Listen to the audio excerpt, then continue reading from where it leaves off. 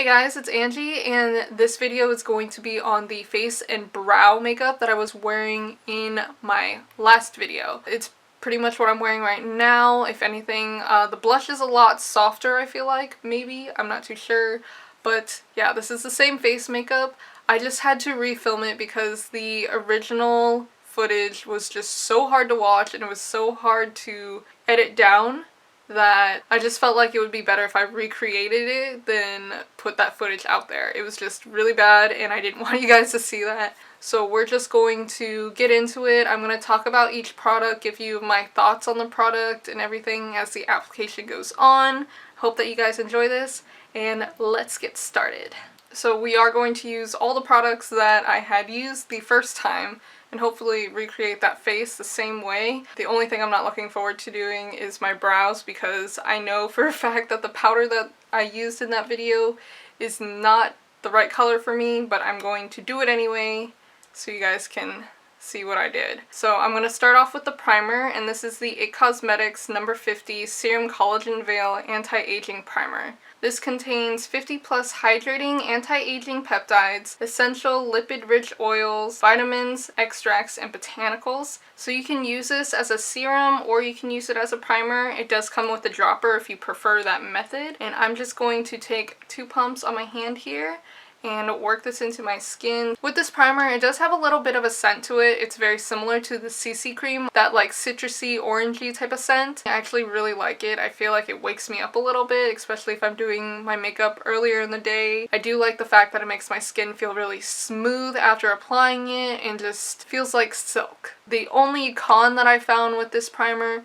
is that it does not help your pores. Like, my pores will be out and about saying hi to everything and everybody. So if you are going to use this primer, use it in combination with a pore filling primer. But I would give it like a minute or two to kind of set into your skin before going into your foundation and everything. I feel like that's the best way to work with it. Next, I'm going to use the Smashbox Photo Op Under Eye Brightener. This is supposed to basically make your under eyes look really healthy and dewy, or at least that's the way I see it working.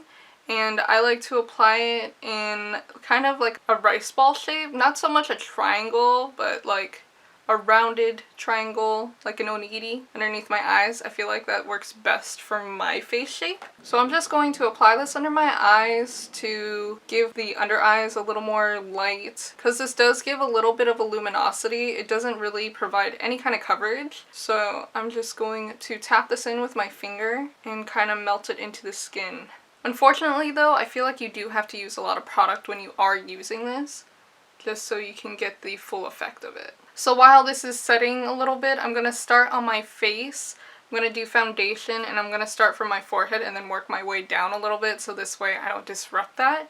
And I'm going to be using the Catrice All Matte Plus Shine Control Makeup. This is mattifying, long-lasting, and oil-free. And I have the shade 020 Nude Beige. I did find that the undertone in this is neutral, at least it looks neutral on my skin. I feel like I'm very warm toned, or at least like I look really yellow around here. It kind of works with my skin tone. It's not overly pink, just a little bit, nothing too bad. So what I'm going to do is I'm going to directly pump it onto the brush. That's how I feel it works best for me to apply it. I tried it with a sponge, didn't work out too great. So I'm doing about a half a pump on my brush, just a little bit on there, and then I'm going to stripe it and then stipple it onto my skin. I don't feel like this is a buffing foundation, at least for the coverage that I like. I just feel that it works best to tap it in instead. And I feel like a flat top brush is probably the best way if you are going to use this method, only because it provides the most surface area to kind of push it into the skin. We're definitely going to see how well it covers, because I do have a cystic bump that is just out to party, saying hi to you guys here. Also have a little bump here and one by my nose. So I guess we will see how great the coverage is of all the products we're using today. Put a little bit more on my brush here, and I'm going to do this side of my face first. So again, I'm going to stripe it on and stipple it in slowly and all over the place. I like to start at my cheeks because that's where I need the most coverage, and then work my way inward. I don't try to do under my eyes too much, only because that is what concealer is for, or the concealer that I'm going to use is going to be for. So this is the coverage in comparison to no foundation and foundation with one pretty light layer or thin layer of foundation. So you can see it evened out the tone of my skin, but with the redness of how big this bump is, and this one is in particular, it didn't necessarily cover that all the way. So I do feel that this foundation needs a little more building on my skin personally, and I do find that it builds pretty well. But yeah, here's no foundation and with foundation. So I don't find the coverage to be bad. I just find that I need a little more than just one layer. And when I go to build it, I'm not going to do like 2 full layers all around my face. I just feel that I need to put a light second layer in certain areas over others. So I'm going to go ahead and finish the rest of my foundation and, you know, get on with this. And don't worry, I am going to take it down my neck so this way it matches a lot better.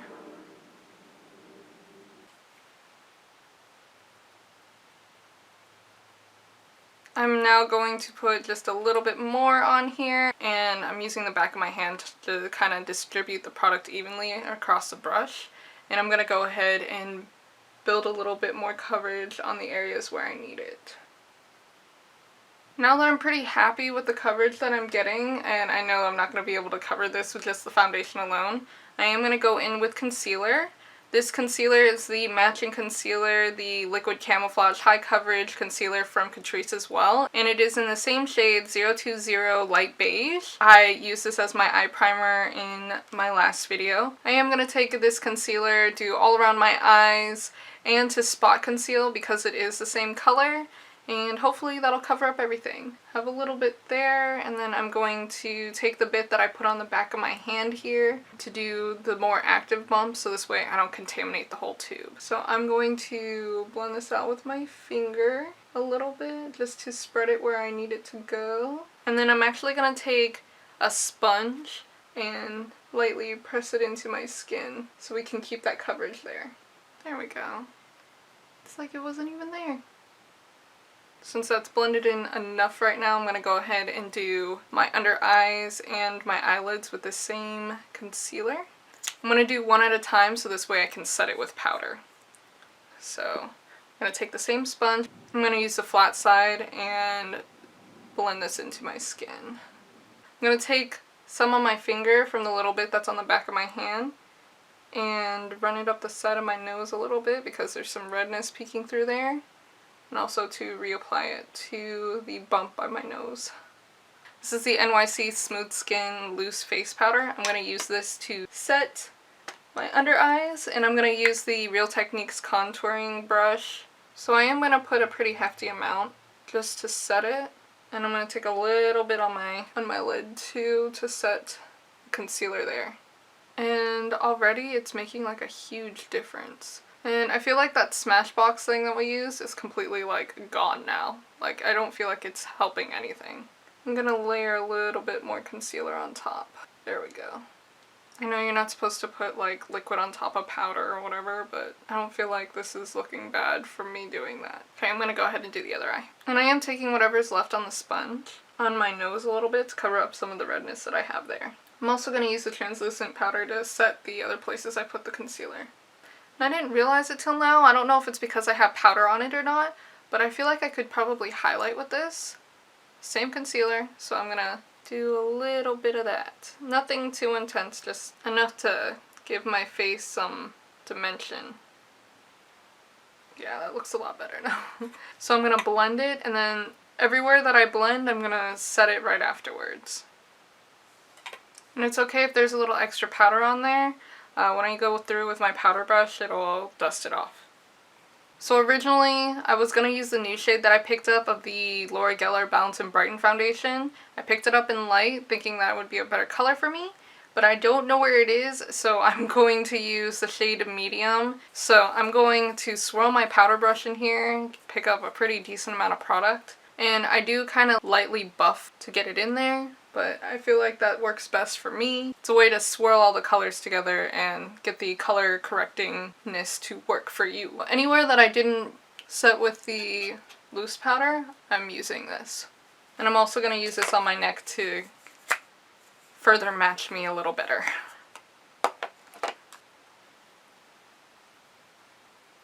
And then I'm gonna go ahead and sweep off the excess powder with the same brush. I really do like this powder foundation because I feel like it does color correct, and all the stuff that it does claim to do, I haven't stopped using it for the last year since I've had it. I feel like it is one of those staple items in my collection because I do use it every day that I wear makeup. So for blush and bronzer, and I guess contour, because I did try to contour for that video, I use the Cheekathon palette from Benefit, and this has 5 different face powders. I'm sure you guys have seen this before. This is what it looks like. It smells really good, by the way. They still have this at Sephora, if I'm correct, so you can still pick it up. I guess first thing would be contour. So the first powder that I'm going to dip into in this palette is going to be Dallas up here. I know it's like a blush for most people. I'm going to try to use it as a contour, or I tried to use it as a contour in that video, so we'll see how this goes. So I'm going to hit right here with it. Am I doing this right? Does that look like it's doing anything for me? Okay, we'll do this side and see. I don't know if I'm doing this contouring thing right, so I don't know. I think I went a little too far with it on this side. Okay. I'm going to use a little bit on my forehead as well, because I feel like my forehead is huge. So maybe this will make it not so big. Again, am I doing this right? And then whatever's left, I'm going to take on my nose.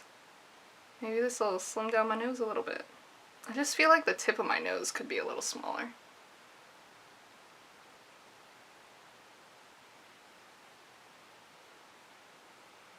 Is that doing anything? Okay, whatever. Good enough for me. So that was my attempt at contouring. Now I'm going to take this big ass paddle looking brush and go into Hoola for the definite bronzer in the palette. I'm going to take that one and bronze up my skin a little bit. And hopefully not give myself a bronzer helmet. Nope, too late. Okay. I'm going to go back in with my powder brush and kind of blend this out a little bit so it's not so bronzed, I guess. And then I'm going to take the same brush and dip into Coralista, which is this nice coral blush right here. It does have a little bit of shimmer in it, but I don't mind. It's all good. Take it on the same brush and blush my cheeks. I'm going to go back in with my sponge. It has some of the concealer still at the bottom of it. Kind of hit right here to kind of soften where I may have applied too much blush. Because I don't have a fan brush in front of me, I'm just going to use the brush that I used to set my under eyes with the Lorac Illuminating Highlighter in Daylight. So just a little bit here.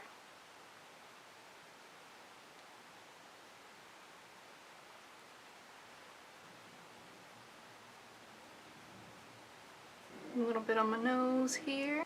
Cupid's bow. Oh my god, this is so fat that like it highlighted everything right there. Not my best decision. Sponge. I'll hit the chin just a little. Light dusting in the middle. Okay, I just literally put highlight everywhere. And before I go on to my brows, I'm going to set all this powder on my face with the Pore Medic Pore Minish Mist from Dr. Jart.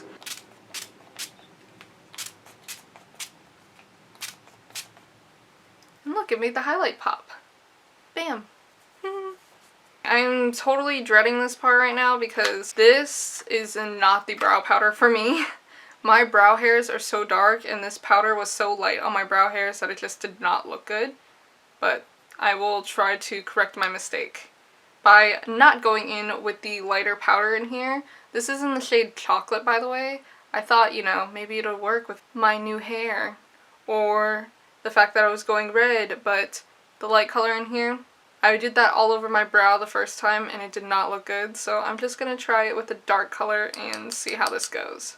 So I'm just using an angled brush. This one is from Bodyography Pro, and we'll see how this goes. So I'm going to start where my brow hairs are lacking, which is about my arch. No, this color is not for me.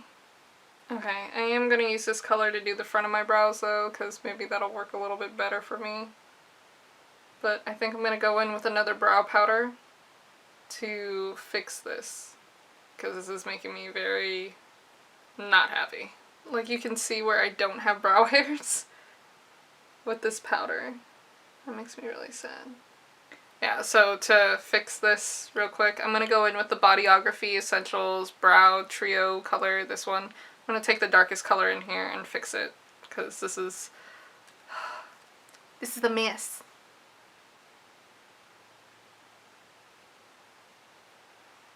And that already looks better. And I'm going to set my brows real quick using the NYX Tinted Brow Mascara in Espresso. I like the color of this one. I feel like it matches me really well regardless if I have brow powder or any other products in my brows. So this is pretty much everything done. I'm going to go ahead and finish the rest of my makeup, being my lips and my eyes, and then we'll close out this video. So this is what everything is looking like with my eye makeup and my lips done. I'm wearing Beeper on top of a little bit of November from ColourPop. The only complaint that I have about the face makeup right now is the fact that my pores are out to party. Like, they are just out and about, saying hi to the world.